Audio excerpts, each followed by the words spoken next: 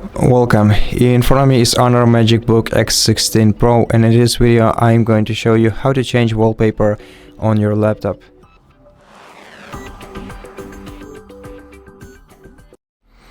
To do this, right click the empty space on your desktop, then select Personalize, go to Background section, expand this list, and you'll see 4 different options for your background. All of this you can use to be your wallpaper. So for example, if you go with picture option, you can select one of the recent images, which in my case are the default Microsoft wallpapers. You can choose your own photos by clicking browse photos right here, and then select the image that you want to set as your wallpaper, or you can choose a fit for your desktop image by expanding this list and selecting the fit that you like the most. Now the next option is solid color, and here you can make one simple color the background for your device.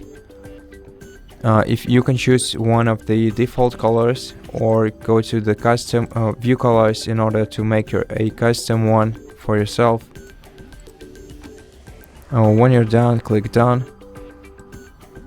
Now the third way to make a wallpaper is this third option of a wallpaper is a slideshow, and the slideshow lets you choose a folder from which you want to take photos for your slideshow. So go to your file explorer by clicking browse and select a folder with photos, and each of these photos will be your wallpaper for a while. You can change the frequency of the photos changing by expanding this list and changing the value in it. You can shuffle the picture order by